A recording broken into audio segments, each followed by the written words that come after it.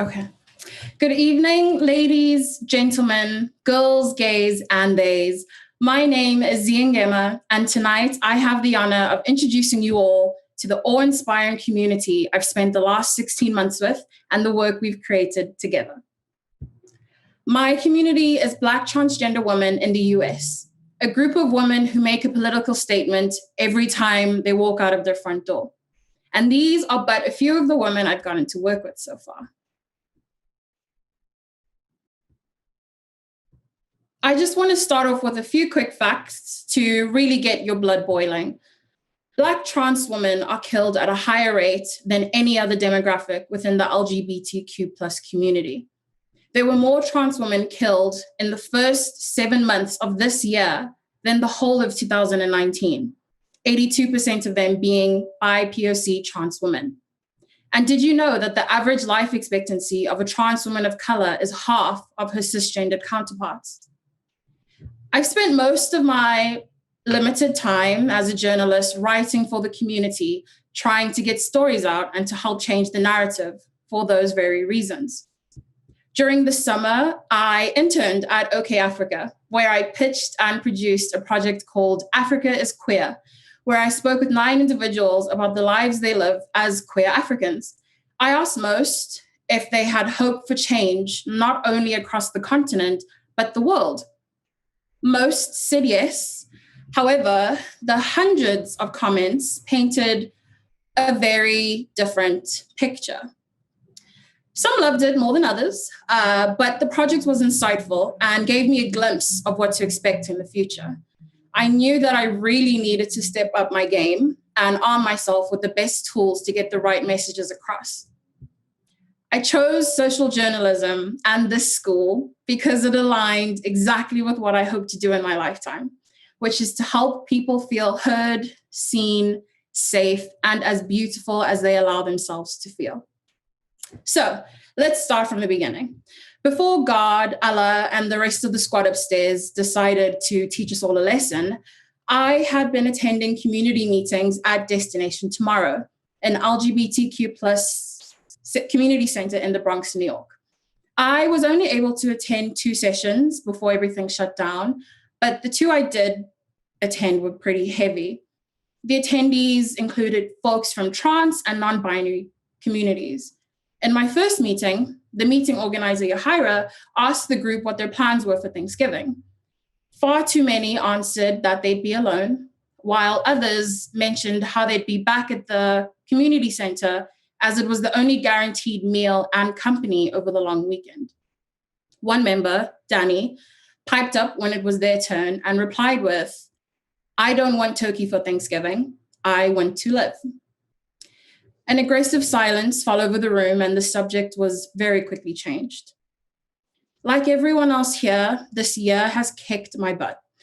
I had plans to host in-person community events where communities gathered within their neighborhoods to meet each other, set the agenda, and figure out how to make New York safer for all.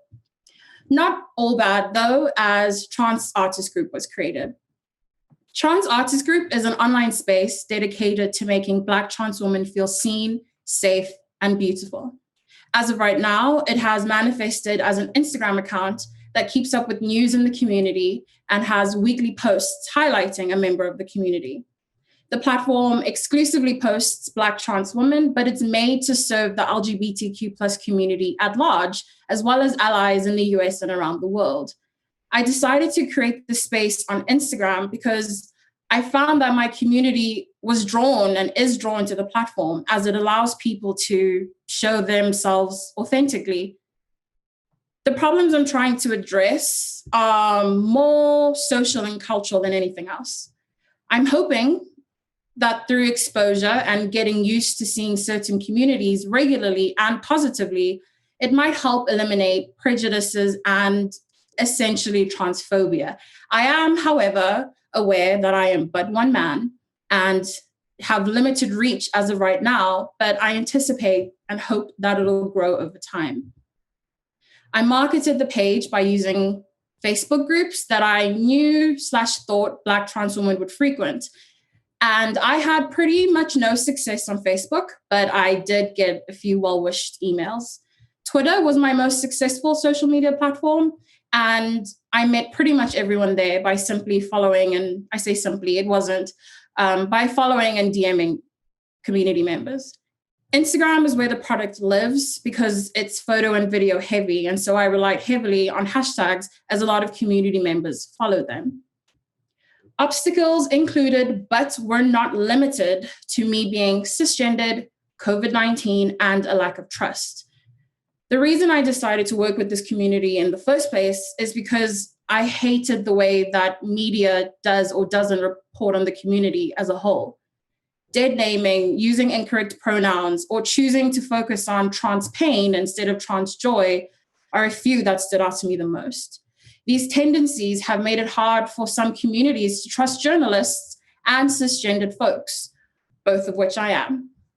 And I think the fact that we're all sitting behind screens instead of pleasantly schmoozing over cocktails in Midtown New York speaks beautifully as to why COVID-19 really messed things up. My next steps for the project are pretty simple. I hope to grow the page. I hope to continue meeting members of the community. I hope to keep writing. I hope to keep telling their stories. A few metrics that I measured throughout the process. On one side, one post only reached 49 Instagram users, while on the other, with the help of paid Instagram promotions, I reached over 600. Between August 2020 and last week, Friday, the page has gained 50 followers, with 5 community members posted over a period of 5 weeks. The numbers aren't crazy, but I am really proud. This project and this program have been incredibly rewarding and fun, but also the hardest thing I've ever done, knock on wood. My final project is not at all what I had planned, but I am so happy to have met everyone I did, to have done what I've done, and I kind of nailed it. This is a resilient group of women, but they need our support. I wish you all an abundant and safe new year, and thank you for listening. If you'd like to chat, please feel free to reach out. Goodbye.